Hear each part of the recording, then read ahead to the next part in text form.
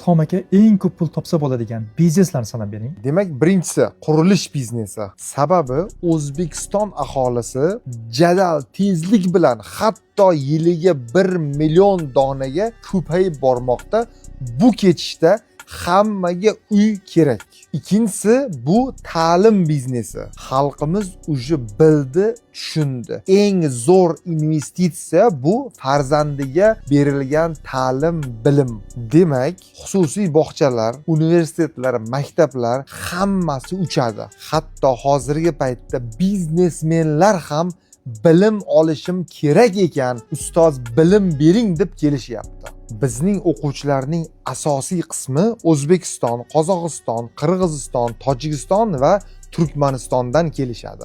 Ta'lim sohasida оборот katta bo'lgani bilan sof foyda juda oz bo'ladi. Chunki ta'lim biznesini qiladiganlar biznesni faqat pul uchun qilishmaydi. Siz uchun eng tez boy bo'ladigan bizneslarni kommentariyda yozib keting. Biznes ilmlari sizga qiziq bo'lsa, menga obuna bo'ling. Sizlarni yaxshi ko'raman.